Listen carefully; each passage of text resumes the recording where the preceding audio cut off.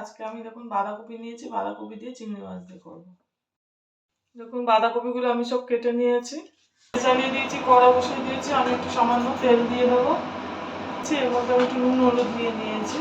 এগুলোকে একটু মাখিয়ে আমি তেলে ছেড়ে দেবো। মাছগুলোকে আমি একটু ভেজে নেবো। দেখুন চিংড়ি মাছগুলোকে আমি ভেজে নিয়েছি, চিংড়ি মাছগুলো আমার ভাজা হয়ে গেছে। এর মধ্যে আমি তেল দিয়ে দেবো। দেখুন আমি একটু গোটা জিরা শুকনো লঙ্কা নিয়েছি, ফোড়ন দিয়ে দেবো। দেখুন এর মধ্যে আমি বাঁধাকপিগুলো দিয়ে দেবো। আমি বাঁধাকপির সঙ্গে কাঁচা লঙ্কা নিয়ে নিয়েছি, 4টে কাঁচা লঙ্কা দিয়ে দেবো।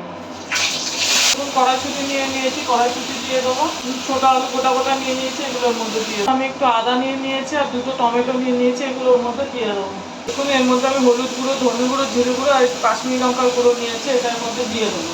এর মধ্যে একটু নুন দিয়ে দেবো, চিনি দিয়ে দেবো। আমি একটু ঢাকা দিয়ে দেবো। বাঁধাকপিতে আমার জল বেরিয়েছে, এবার আমি চিংড়ি মাছগুলো দিয়ে দেবো। দেখুন আমি এখন ঢাকা দিয়ে দেবো। এর মধ্যে একটু বেসন দিয়ে দেবো।